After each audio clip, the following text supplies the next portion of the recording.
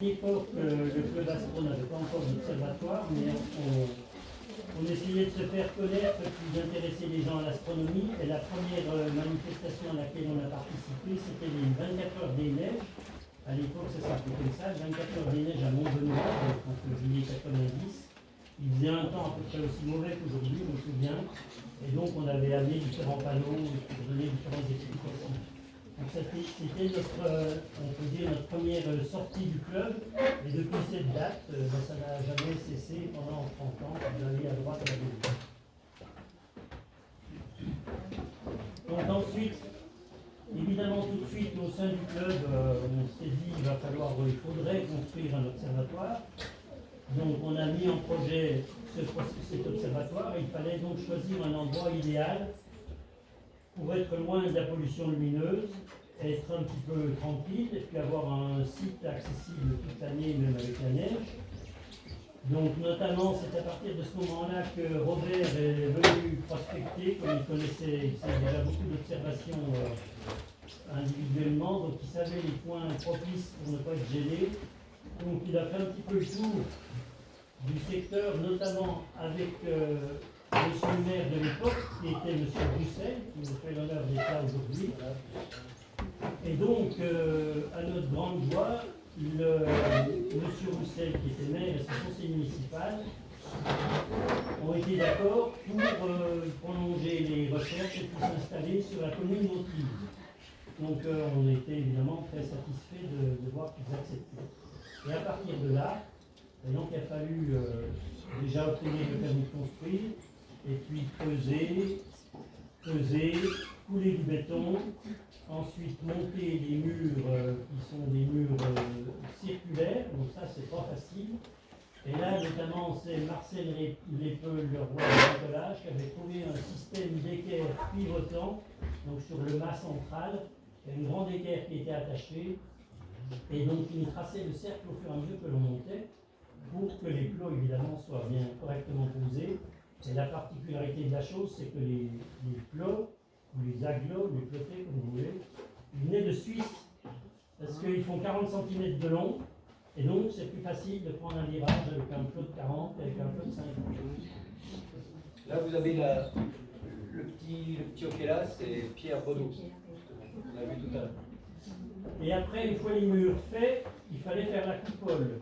Alors la coupole, c'était pas une mince affaire, et là, c'est de nouveau Robert. Alors il peut expliquer comment il a fait. Tu peux expliquer, Robert? Je vais faire ça avec de la fibre de verre, et puis j'ai fait un moule que je déplaçais régulièrement. Alors tous les jours, je faisais un petit bout, j'attendais que ça sèche, et le lendemain, je me servais de ce morceau que j'avais fait pour avancer, et je faisais comme le pont de la pile. Je ne sais pas si vous vous rappelez du pont de la pile. Vous savez, là, le barrage de Bougle, il y a un pont. Ils avaient monté le pont comme ça, une pile, et puis après, ils ont fait le pont de chaque côté pour équilibrer les poids, ils avançaient. Et ils se servaient de ce qu'ils avaient coulé en béton comme coffrage pour faire la partie suivante. Et j'ai fait exactement pareil sur la coupole. Et il m'a fallu quand même, j'ai eu de la chance à cette époque, parce qu'alors on avait eu une période de beau temps, au moins de plus d'un mois de temps, complètement de beau temps. Donc j'ai eu le temps de faire tout le tour de la coupole, sans plus. Alors ça s'est fait relativement vite, bien qu'il fallait attendre que ça sèche, avant de recommencer à faire 45 cm. Voilà, pour finir, c'est fini. Elle est toujours debout, et elle n'est pas prête d'être abîmée parce qu'elle est encore très costaud. Combien de kilos comme ça? Je ne me souviens plus de... Oh, il doit faire dans les 3, il doit y avoir 300 kg de résine. Avec la fibre de verre, la coupole pèse 300 kg. Avec les trappes de visite qui sont dessus, qui sont amovibles bien sûr, puisqu'il faut pouvoir, quand on observe dans le ciel, il faut pouvoir observer dans toutes les directions. Et puis il faut que quand il y a du vent, de la tempête, de la pluie, Ça fait tout étanche pour que le matériel dessous ne risque rien. Et alors, jusqu'à maintenant, tout fonctionne très bien, ça fait 30 ans. Bravo.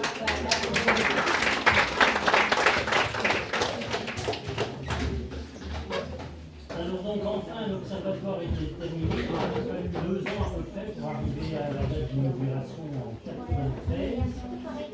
Donc le jour de l'inauguration, le ruban a été coupé par la présidente du SOGES d'époque, qui était la mère de la présidente actuelle. Il y avait des écoles à gauche, monsieur le maire de l'époque juste à droite, et puis au milieu, monsieur Courtois, sénateur de l'époque. Et puis donc voilà, à partir de là, tout allait bien, l'observatoire était fait, tout le monde était content, et on passe à la diapo suivante. À partir de là, l'observatoire, sa vocation, c'est avant tout de faire partager notre passion, on va dire. Donc de recevoir du public, et puis aussi également de faire des photos, puisque la photographie, ça permet de laisser une trace et de la diffuser. Donc là, vous trouvez différentes photos qui ont été faites. Alors à l'époque, il faut bien remettre ça dans le contexte de l'année 93, à l'autre siècle. Les photos numériques n'existaient pas. Donc voilà, pour faire des photos comme ça, c'était bien plus compliqué même que maintenant avec le numérique, tout simplement parce qu'on faisait la photo, puis on avait le résultat 15 jours après. Si le photographe avait la bonne idée de les développer correctement. Parce que demander à une machine automatique de développer un truc noir, elle vous répond, la machine, la photo est foutue. Et on coupe le négatif. Donc au début, quand on allait chez le photographe, on disait bien de ne pas couper les négatifs, parce que les machines coupaient là où c'est noir. Elles étaient calibrées pour couper entre deux photos, c'était noir. Oui, enfin nous, c'est souvent noir. Quand tu as ta photo coupée en deux, c'était pas prévu. Ah voilà, c'était pour la petite histoire. Alors la photo de gauche, là, je dois me dire que c'est la photo de la Roberta Bock, qui a été prise par Robert en 1995. Donc cette photo-là, elle a quand même été reprise sur les télévisions nationales. C'est pas rien. Et si vous le tapez aujourd'hui sur Internet, je l'ai encore fait hier soir pour vérifier, vous tapez NASA Robert Bettinelli et vous tombez sur cette photo. Même la NASA.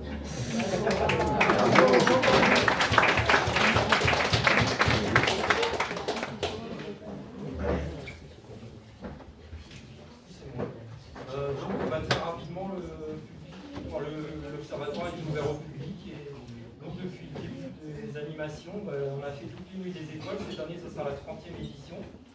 Donc là, on a retrouvé des animations déjà publiques dès 91, avant que l'observatoire soit construit. Et donc des photos de la première année de la première nuit des étoiles en 1991. Et ça, c'est la fiche de la seconde nuit des étoiles qui est organisée ici aussi.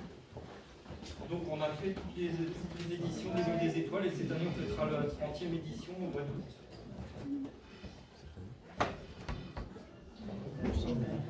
Donc aussi au club on a Marcel qui nous a construit plein de maquettes pour comprendre la mécanique céleste.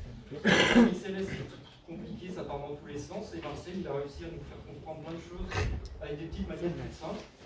Vous avez dû passer du temps je pense aussi pour les construire. Donc on comprend comment fonctionne le système Terre-Lune autour du Soleil par exemple, donc il y en a plusieurs qui sont ici. Il y a aussi le système, donc là c'est le système héliocentrique avec le Soleil au milieu, comme ça fonctionne réellement. Et pour comprendre certains phénomènes, il y a aussi construit des systèmes géocentriques avec la Terre au milieu, parce qu'on se comprend mieux certains phénomènes avec ce système-là, parce que c'est plus difficile à comprendre dans ce sens-là. Bon, on a aussi des petites maquettes avec des petites maisons pour comprendre que le Soleil c'est plus haut en été qu'en hiver. Et on a aussi des maquettes un peu plus complexes pour comprendre la précession des équinoxes et des choses un peu plus complexes. On pourra vous expliquer tout à l'heure si vous avez des questions. Il y a Stéphane aussi qui maintenant prend la relève aussi pour expliquer les maquettes et aussi pour en construire. Il y en a une, on attend. On a le prototype, mais on attend la suite. Bravo Marcel. Bravo.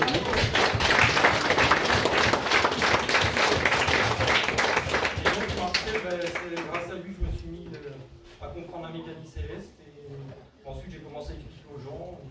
C'est comme ça que j'ai appris au fur et à mesure en trouvant un petit peu plus de choses chaque année. Et aujourd'hui, je comprends presque tout. Il y a encore plein de petites choses que je ne comprends pas, mais ça viendra. Alors, ben là, oui, c'est le passage, hein, c'est ça. L'école du monde devient responsable du club. Alors, pourquoi c'est moi qui dois poser, j'en sais rien. Enfin bon. Donc, il se trouve que Paul Perron, qui était le premier responsable, a dû partir pour des raisons professionnelles. Il travaillait chez Nestlé, il a dû partir à Paris. Alors, il nous a bien expliqué sur sa lettre de départ que Paris n'était qu'à 0,001 seconde lumière de Paris. En fait, ça fait quand même quelques heures de train malgré tout. Donc, alors je ne sais pas comment il a choisi Claude, hein, sûrement dans la nuit, ou par dépit, ou enfin voilà. Enfin voilà, c'est notre Claude national qui est arrivé, qui a donné sa patte au club. Alors après, chacun un petit peu a sa particularité. C'est vrai que Claude, il est un petit peu artiste, hein, même beaucoup finalement, parce qu'il a laissé quelques toiles qui sont d'ailleurs dans l'observatoire, hein, vous pourrez les regarder. Donc il nous a... Par exemple, Claude, il nous faisait une réunion pour les différentes réunions du vendredi. Il arrivait en disant pourquoi l'œuf de poule a le jaune au milieu et pourquoi il est ovale alors que le poule de la poule est ovale. Et ça nous prenait tout, parce que finalement, il y a plein d'analogies avec l'astronomie. Allez, vas-y. Ça, c'est toi, Claude, qui dois poser toi-même. Donc, l'observatoire, comme vous avez vu, il fait 4 mètres de diamètre, donc on tient une douzaine de personnes, on fait des réunions au niveau du rez-de-chaussée, mais c'était quand même assez exigu. Donc on faisait un peu, on disait l'idéal, c'est d'avoir une salle un peu plus grande pour recevoir 30-40 personnes. Donc, étant donné que quand on fait de l'observation, on n'a pas besoin d'avoir une maison avec des fenêtres comme ici, c'est la nuit, donc ça ne nous intéressait pas d'avoir des ouvertures sur l'extérieur. On a dit, pour rester dans la nuit, rester caché, on va s'enterrer au maximum pour ne pas nuire à l'environnement.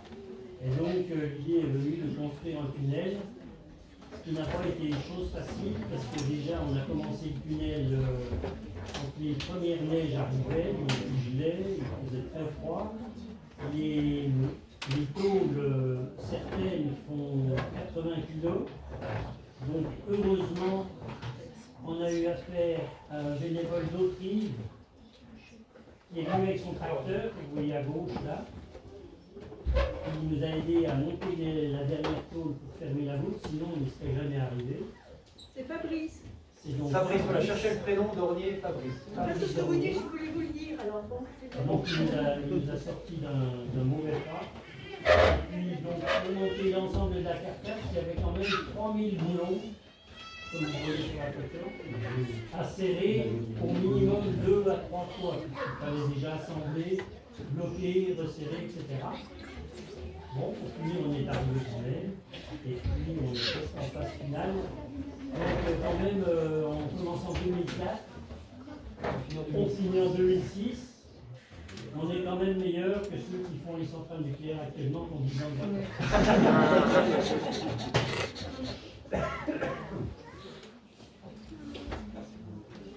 Donc grâce au tunnel, on a pu accueillir un peu plus de public plus facilement.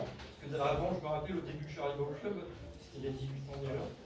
Donc on se mettait devant l'observatoire avec des diapositives, on regardait sur l'observatoire. Bon, c'était bien, mais dès que c'était un petit peu gris ou quoi, qu'ils un peu froid, on se mettait à l'intérieur. Et donc depuis, on peut accueillir des élèves, on peut accueillir des scolaires pour différentes animations, des jeux, des coloriages comme on propose ici, des petites maquettes et tout ça. Donc aussi tous les mercredis d'été, ça existe depuis le début du club, je pense. Quasiment tous les mercredis, ouais. Donc tous les mercredis d'été, donc juillet et août, on a continué à appeler ça les mercredis d'été, parce qu'avant ça se faisait de juin, du 21 juin à mi-septembre. Donc aujourd'hui on a réduit à juillet et août, donc on peut accueillir 30-40 personnes à l'intérieur du tunnel. Ça permet de présenter un petit diaporama en attendant que la nuit tombe l'été, elle tombe très tard, donc on occupe le public avec ça. Et tous les ans, comme j'ai parlé tout à l'heure, donc la nuit des étoiles, où là cette année par exemple on a dû avoir au moins 400 personnes. Et tous les ans, on a un peu plus de... Alors, je fais juste une remarque. Le tunnel, donc évidemment, le plus impressionnant, c'est la carcasse en acier. Mais après, il y a tout l'habillage, il y a tout le béton qui a été fait par des entreprises Pou, je ne sais jamais si on prononce le X ou pas, mais et puis etc. Donc Claude avait, je ne sais pas comment il a fait, Claude, mais il a réussi à convaincre tous les gens de travailler gratuitement, de laisser dans l'entreprise. C'est une forme de partenariat qui est très intéressante pour nous. Voilà. Du coup, on a pu, grâce à Claude évidemment, nous faire monter le dossier puis avoir un tunnel qui nous sert vraiment beaucoup. Je n'avais pas vu cette. Donc en 2009, Claude a voulu passer la main à Nicolas, c'est ici. Donc Nicolas, quand il a très froid l'hiver, il est sous. Et donc Nicolas, c'est un amoureux de la nature, un astrophotographe aussi, il a fait plein de photos qu'on peut voir dans le tunnel et tout. Donc ça c'est une équipe de soleil qui était en 2003, je crois, depuis le Mont d'Or. Donc il y en a beaucoup d'autres aussi exposés dans l'observatoire. Il a passé des nuits ici aussi à observer dans le froid. Donc à l'époque il n'y avait pas le numérique, je crois. Et aujourd'hui, en numérique, c'est toi qui développes aujourd'hui. On en parlera tout à l'heure. Qui développe pour faire de la photographie numérique automatique. Il y a encore un peu de boulot, on en parlera aussi. Et donc Nicolas aussi, c'est un chef de chantier. Un chef de chantier, avec lui on a fait du béton, beaucoup d'aménagement. On a passé du temps pour continuer à construire l'observatoire et les dernières. Il y a une personne que je veux nommer, évidemment, qui est. Je vois la photo et ça me fait penser à lui. On n'a malheureusement pas pu trouver une photo de lui, c'est Charles Sanseigne, qui habitait quelques kilomètres d'ici. Et on a fait du sablage de bâtiments, on a fait des trucs en termes de travaux, parce que lui, il était maçon de formation. Donc voilà, Charles Sanseigne, il est décédé à ce jour, il a participé. Alors du coup, là, il y a peut-être une vidéo qui se lance. Donc là, c'est pas la dernière, j'allais dire la dernière erreur. L'étape qui suit, on va dire, dans la construction, en fait, vous vous rendez compte qu'en astronomie, on fait du béton, puis là, comme ils en avaient marre du béton, on a vissé un peu de bois, quoi, ça change. Donc l'idée de cet observatoire, qui est toujours en cours, il y en a encore pour quelques années, on va dire comme ça, il a été construit par des élèves, pour des élèves, et évidemment également pour nous, mais en l'occurrence, il sera mis à disposition pour des scolaires, mise à disposition à distance, parce que tout le monde n'a pas la possibilité de se déplacer à Haute-Rive. Donc maintenant, avec l'Internet, on peut je vais dire sans problème, mais je mets des gros guillemets, sans problème piloter un bâtiment à distance. Alors le bâtiment donc s'ouvre, aujourd'hui on ne l'ouvrira pas pour deviner pourquoi. Et puis dessous, donc on ne va pas laisser ce gros télescope. Ce gros télescope, il a lui aussi été construit par les élèves, mais en fait, il est tellement bien à regarder avec les yeux qu'on va l'utiliser pour regarder avec nos yeux. Et dessous, on a mis 2 petits télescopes qui seront robotisés. Voilà. Donc là, le bâtiment s'ouvre, on en est à l'interface logicielle. Donc on est dans la partie informatique. Donc, vous avez compris tout à l'heure que l'informatique n'est pas trop simple. Donc là aussi, on a eu plein de partenaires qui ont travaillé un peu gratuitement aussi, finalement. Et puis, on a eu des subventions, évidemment la MJC qui nous a beaucoup aidé, voilà, etc. Enfin, on ne va pas passer toutes les personnes qui ont participé au projet, mais donc le gros du dossier a été avancé par la région Franche-Comté. Alors qu'est-ce qu'on y fera? Oui, c'est vrai. Qu'est-ce qu'on y fera avec ces télescopes? Vous avez compris qu'on peut observer avec les yeux dans un télescope, ce qui est le truc le plus magique, je pense. Mais on peut aussi faire des photographies, vous les avez vues tout à l'heure, celle-ci, la photographie faite de Robert, là, de la comète Hale-Bopp. Et puis on peut aussi faire des petites études scientifiques. Par exemple là, enfin on ne va pas rentrer dans le détail, mais on a la preuve qu'il y a une planète autour d'une autre étoile qui est passée devant. Une planète est passée devant, donc une exoplanète. Donc c'est ça qu'on voudrait développer avec le partenariat avec les élèves, c'est qu'il y a eu un télescope qui soit dédié à la photographie, parce que c'est toujours joli de faire une photo, et puis un qui est plus destiné à des petites études scientifiques.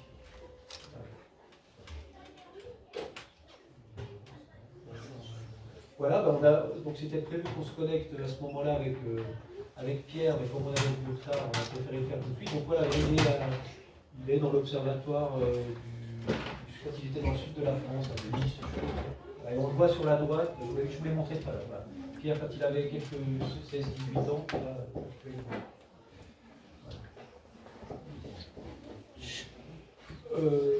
Oui, alors oui, très important. En fait, dans le club astro, comme dans tous les clubs, je pense, ce qui est important, c'est d'être passionné, mais ça, si on vient au club, on est forcément passionné. Mais ce qu'on va rechercher, je pense, avant tout, c'est la convivialité. Je pense qu'au-delà de l'astronomie, au-delà de tout ce que vous voulez dans n'importe quel club, les gens, s'ils reviennent, s'ils viennent, c'est qu'ils se sentent bien, ils se sentent heureux, respectés, on mange bien, etc. Donc c'est vrai que ça a toujours été comme ça, on a, je pense, toujours été bien accueillis, j'espère, on n'a jamais fait trop d'erreurs de ce côté-là. Et puis il y a vraiment une bonne ambiance dans ce club et j'espère que ça continuera pendant longtemps. Voilà. Voilà, alors c'est le moment, c'est là, hein. C'est la dernière diapo, alors. Voilà. Donc c'est le moment symbolique où je prends ma retraite. En fait, alors, il n'y a pas vraiment de retraite, il faut qu'il y ait un responsable du club vis-à-vis des médias, vis-à-vis des élus. Enfin, voilà, on a eu 15 au club, hein. Mais s'il y a 15 têtes différentes, je pense que les gens ne comprendront plus rien. Donc il y a eu Paul, il y a eu Claude, il y a eu Nicolas. Et puis, il y a un moment donné, je pense qu'il faut laisser la main aux jeunes, évidemment, aux plus jeunes. Donc, c'est symbolique. On va lui donner. Alors, en fait, c'est des cadeaux que les clubs membres ont fait. Donc, on va lui donner le sac Tintin qui va bien. Dans le sac Tintin, il n'y a pas grand-chose, hein, mais voilà. On va lui donner les archives qui m'avaient été données par Claude. Voilà, c'est vraiment le livre d'or de lecture du club. On va lui donner le gilet pas jaune, mais le gilet du président. Parce que nous, les simples citoyens du club, on a juste marqué dans le dos Observatoire de la perdrix, mais lui, il va avoir le logo sur la poitrine.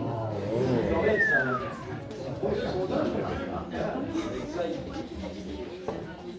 Qu'est-ce qu'on va lui donner? On va lui donner. Enfin non, on ne va pas lui donner, tu la boiras avec nous. Avec ses parents. Et puis, on va lui donner c'est le symbole total, les clés de tous les observatoires réunis dans un seul.